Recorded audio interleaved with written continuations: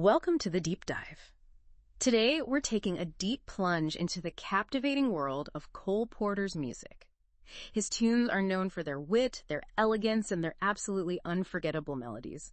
You know the songs, you know the lyrics, but have you ever stopped to wonder, how did the man himself interpret these masterpieces? That's precisely our mission for this deep dive. We're going to explore Cole Porter's often overlooked yet, incredibly significant role as a performer. Right. To do this, we'll be drawing insights from a detailed examination of his historical record as a musician, with a particular focus on the treasure trove that is the Cole Porter collection at Yale. And what a resource it is. Our source explains that this collection, a generous bequest from Porter himself, includes everything from photos and scrapbooks to journals, original manuscripts, and a truly significant record collection. Crucially, a lot of recordings of Porter performing his own music. This isn't just theory. We actually have his voice and piano to guide us. That's right. This deep dive will give you a shortcut to understanding Porter, not just as the genius composer and lyricist we all admire, but as a captivating artist in his own right. Okay.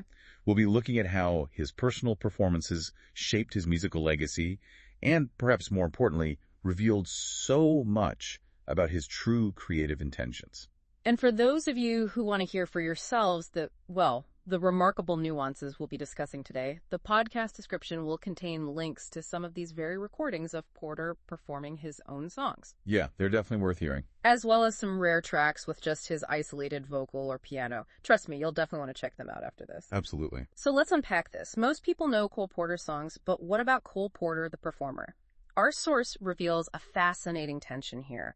What was his daily relationship with the piano like, and how did that contrast with his public persona? It's a great question. For the better part of his life, Porter was constantly at the piano, playing his own songs for friends and, distinguished acquaintances. It was central to his work and his play, almost a constant companion. Yet, despite this constant activity, his public performances were surprisingly infrequent. Most of them actually took place during his college years at Yale.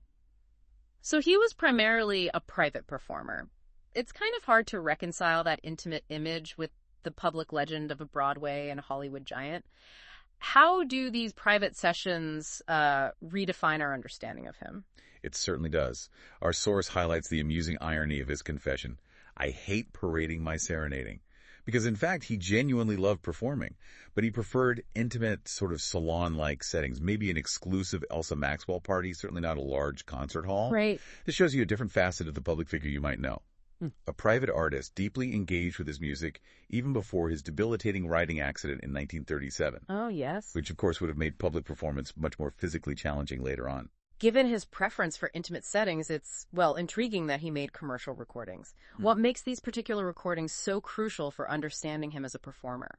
They are absolutely vital. Our source points to 8 crucial commercial recordings Porter made for Victor between October 1934 and January 1935. Okay, 8 specific ones. Yep. Robert Kimball, who meticulously evaluated the Yale collection, found that these recordings provide valuable insights into some of the qualities which he wished emphasized in the performance of his songs. These aren't just historical curiosities. They capture Porter at the height of his powers. A polished, confident performer with, sufficient piano technique, a truly refined musical sensibility, and undeniable rhythmic energy. Wow. They were made right when his career was truly soaring. Beyond those polished commercial releases, our source also mentions demo recordings. What can these tell us about Porter as a performer, especially since they were, never intended for wide release? The demo recordings, from shows like Jubilee, Can, and the film Adios, Argentina, offer a unique keyhole view into the master's musical workshop. A keyhole view, I like that. Yeah, they are less polished, sometimes even a bit rough, but that's precisely what makes them so valuable. You hear Porter interrupting himself with an etc., or stopping mid-song to adjust the microphone. Really? He does that on the recording? Oh, yeah. Despite these imperfections, they reveal so much about how Porter wanted his music performed, offering a rare glimpse into his creative process before the final published sheen. That 18-year gap between the Jubilee and Can demos is striking, though. Does that suggest a significant shift in his creative process, or maybe just a gap in our recorded understanding? It does make you wonder what insights might be missing, doesn't it? However, our source also touches upon his single-known solo radio appearance.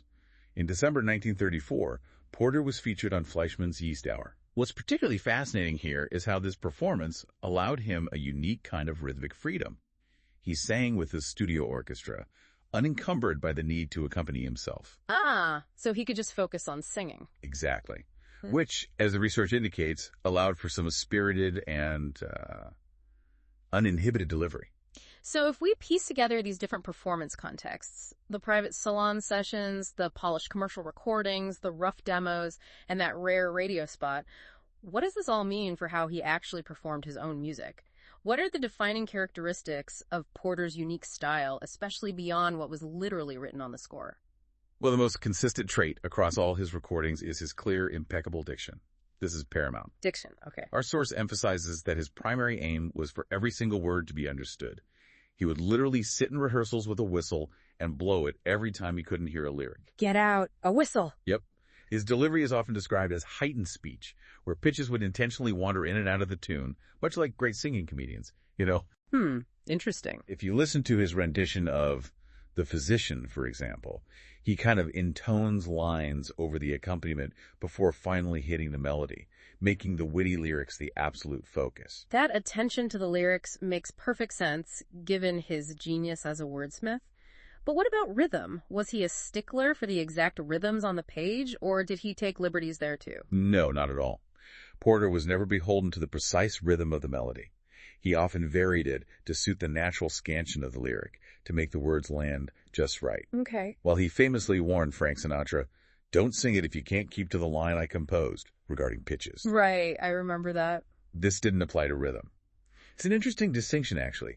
Ethel Merman, his favorite interpreter, she actually exemplified this in her own performances, like I Get a Kick Out of You, showing rhythmic variations that align perfectly with Porter's own practice. So he was flexible with rhythm, but strict with melody, a fascinating insight into his priorities. Precisely.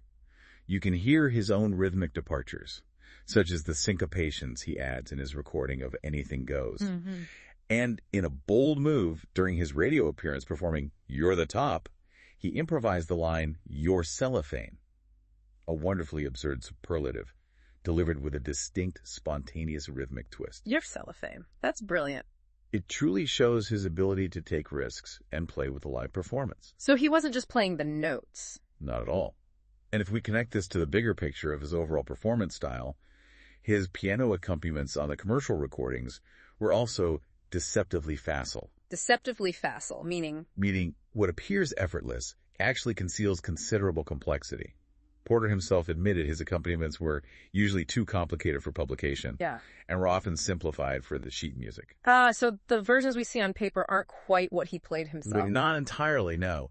He expanded the register, intensified the rhythm, added counter melodies and embellishments, and removed vocal doubling compared to published versions. Take You're the Top, for instance.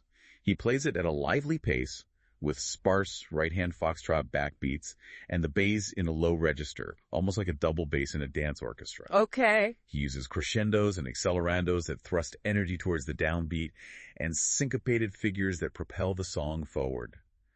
Diana Vreeland, a contemporary, once perceptively commented about him, "Everything with him is rhythm." Everything with him is rhythm. I like that. You can hear this in the heavy rhythmic emphasis he places on beat 2 and Anything Goes, even using grace note figures to enhance the drive. His playing was far from simple. That paints a really vivid portrait of his performing style. But I have to ask, our source also mentions there were some critical accounts, like Bert Lahr calling him a horrible piano player with a slow wooden tempo, and Arthur Schwartz describing terrible monotony. How do we reconcile these critiques with what you've just described about his dynamic playing? It's an important question, and our source offers valuable context. These critiques might have been from after his debilitating accident in 1937, which certainly affected his physical abilities. Oh, right, the accident. Or they might have come from musicians with different stylistic expectations. Elizabeth Welch, for example, who said he had a terrible left hand, was accustomed to working with jazz and stride pianists with a much heavier rhythmic bass. So, different standards, maybe. Could be. Porter's lighter, more lyrical touch might have seemed like a weakness by comparison. Noel Coward also had a somewhat myopic view of other songwriters' piano skills, valuing only, Gershwin-level virtuosity. Okay. The truth is, his commercial recordings, made before his accident, flatly contradict the slow and wooden criticisms. They show tremendous rhythmic flexibility and brisk tempos. So his actual recordings are the best rebuttal to those criticisms. They really let us hear the truth of his performance. Absolutely. What's truly fascinating here is that Porter's unique skill set, combining composing, lyric writing, singing, and playing, was rare for his time. Yeah, you don't often get all four. Right. Unlike many of his contemporaries, he was the complete package. He was, in essence, a salesman for his own music. A salesman? How so? Well, our source shares powerful anecdotes from his diaries about demonstrating songs for the Born to Dance production team and even formidable studio bosses like Irving Thalberg and Louis B. Mayer. Oh, wow, that must have been high pressure. He felt dread before these high-stakes showcases, yet he consistently captivated everyone, prompting wild applause and Thalberg's praise of a magnificent job. His long experience performing in college and at private parties equipped him perfectly for this. Despite that incredible power to captivate, our source also highlights his genuine modesty. Jessie Matthews was astonished that he couldn't believe she thought his music was wonderful. Yeah, that's right. And Miles Kruger recalled Porter's ingenuousness when he mentioned farming was his favorite song, to which Porter replied, "Nobody knows farming." His modesty, though seemingly disproportionate to his fame, was an authentic facet of his personality. It might also have been fostered by years in a field where success can be, well, fleeting. Sure, measured by the latest hit. Exactly. Measured by your most recent hits and flops. But his ability to perform his own songs was undeniably pivotal to their success. And there's one song that truly showcases his interpretive genius, a masterclass mentioned in our source. Thank you so much, Mrs. Lowsborough. Goodbye. It really is the ultimate example of Porter's mastery of the comedy song and his interpretive genius.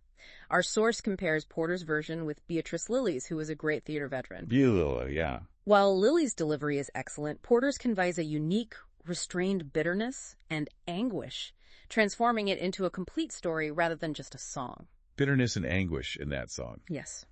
When he sings Mrs. Lowsborough Goodbye Does Weekends, you can almost sense his quiet anguish. He has a momentary outburst about the damp little room and uses abrupt tempo changes and accelerandos that perfectly mirror anxiety. So he's playing with the tempo within the song. Dramatically. He even adds 4 fermatas, a musical symbol, telling a performer to hold a note or rest for an indefinite duration, often for emphasis which are not in the score. Not in the score. Nope. Specifically to emphasize irritation. These remarkable expressive liberties suggest his scores didn't fully capture his true intentions. It's a powerful testament to his performing insight. So, to recap, Cole Porter was not just a genius composer and lyricist, he was an equally significant performer and interpreter of his own work, really shaping how his songs were understood and delivered. Exactly. The value of these historical recordings cannot be overstated. They offer you a rare chance to get one step closer to the source of his creative vision and to understand the interpretive conventions of his era. Right. This knowledge can truly inform how his music is appreciated and performed even today. It makes you wonder, doesn't it? If Porter, with all his wealth and private inclinations, could have had such a profound, albeit somewhat hidden, career as a performer, what other unknown depths might lie in the recorded legacies of other great composers, waiting for us to truly hear their music as they intended? It's a fascinating thought for any music lover. Indeed. It emphasizes how much more there is to discover beyond the written page. Absolutely. And as a reminder, for those of you eager to hear the nuances we've discussed today, don't forget to check out the links in the podcast description. Please do. You'll find recordings of Porter performing his own songs, including rare isolated vocal or piano tracks, allowing you to hear for yourselves the incredible artistry of Cole Porter, the performer.